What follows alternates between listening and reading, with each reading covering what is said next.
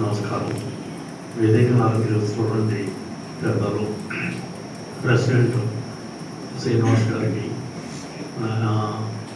ఈ క్లబ్కి స్థాపనలో ముఖ్యమైనటువంటిది చాప్టర్ మెంబర్స్ అంటారు. అంటే ఆ రోజు దాదాపు 35 మంది ఉండేవాళ్ళు. ఇప్పుడు ముగ్గురే మిగిలారు.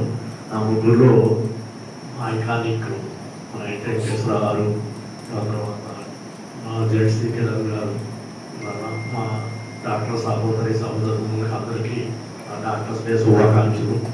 ఈ కార్యక్రమానికి చేసినటువంటి 9 మెంబర్స్కి, అతిథులకి అందరికీ కూడా ఈ డాక్టర్ శుభాకాంక్షలు తెలియజేస్తున్నాను. ముఖ్యంగా ఈ క్లబ్ స్థాపించింది 1983, సుమారుగా 43 సంవత్సరాలు అయింది.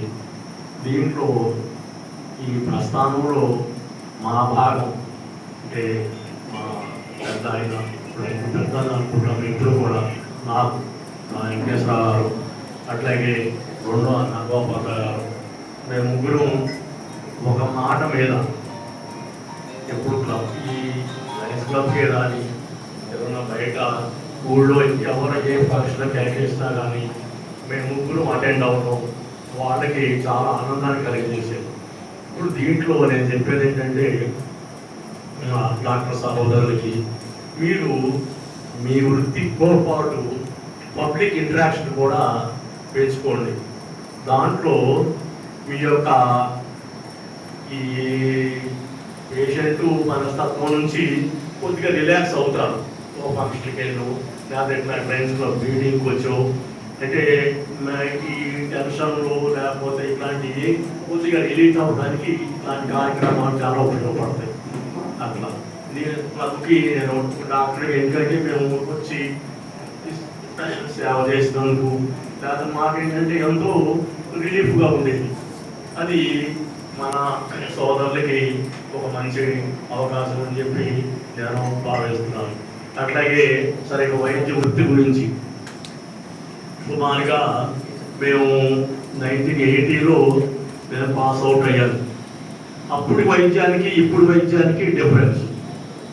ఆ రోజుని ఎన్నో అది కష్ట నష్టాలకి లేకపోతే అవమానాలకి ఇట్లాంటివన్నీ ఓర్చుకుని ఇవాళ ఒక రిటైర్డ్ డాక్టర్గా నిలబడి ఉన్నాం. ఇవాళ ఉన్నటువంటి ఈ సహోదరులకి మీరు వైద్య వృత్తిని ఒక అందులో చెప్పినట్టుగా దైవంగా భావించండి, లేకపోతే ఏమో మీ యొక్క శక్తియుక్తులన్నీ కూడా 90% పేషెంట్ల మీద, అట్లాగే మీకు మీరు అంటే ఫస్ట్ మనం తర్వాత పరాలి అట్లా. అది మూడోది ఇవాళ నేను ఒక్కటే సలహా చెబుతున్నాను. ఈ యూట్యూబ్లు ఇవన్నీ వచ్చిన తర్వాత చాలామంది దాన్ని ఫాలో అయ్యి ఓ డాక్టర్ దగ్గరికి వచ్చి దాన్ని డాక్టర్ చెప్పింది సపోజ్ ఒక సంథింగ్ ప్రాబ్లం గురించి, సార్ నేను యూట్యూబ్లో చూశానండి ఇట్లా ఉందండి అని చెప్పి ఎప్పుడూ కూడా ఎవ్వరూ కూడా డాక్టర్ని మీ యూట్యూబ్లో వైద్యాన్ని డాక్టర్ దగ్గరికి తీసుకెళ్ళవద్దు. అది చాలా చాలా ఇంపార్టెంట్.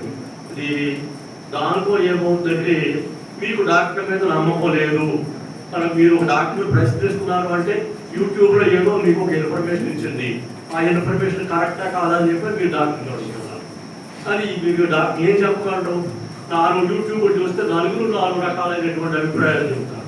ఒకటి షుగర్ మానడానికి ఈ పిల్ల వేసుకోండి, లేకపోతేనేమో ఈ రసం తాగండి, ఈ కషాయం తాగండి అంటాడు.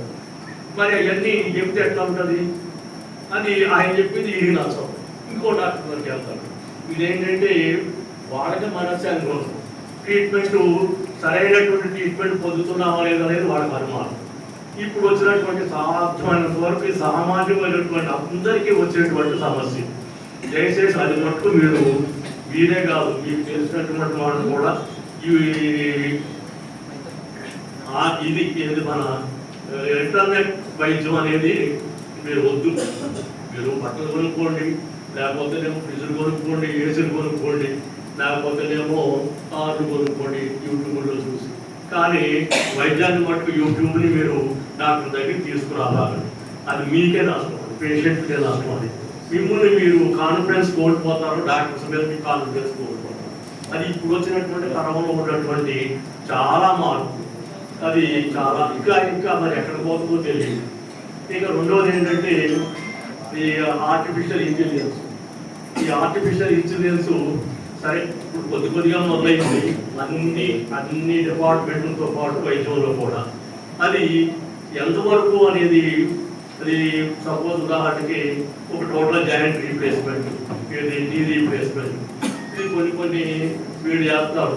మేము రోబోటిక్ జాయింట్ రీప్లేస్మెంట్ చేస్తాము అని చెప్పారు. రోబోటిక్ అంటే రోబోట్ పక్కన పట్టుకుని జాయింట్ రీప్లేస్మెంట్ ఏం చేయవు.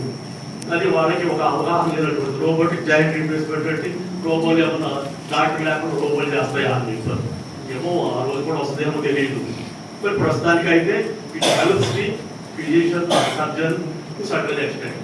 అది ఈ టెక్నాలజీ మార్పు ఎంతో ఉంది. దాని మూలన మనం కొంత అది దాని వైపు కూడా చూడాల్సినటువంటి అవసరం ఉన్నది.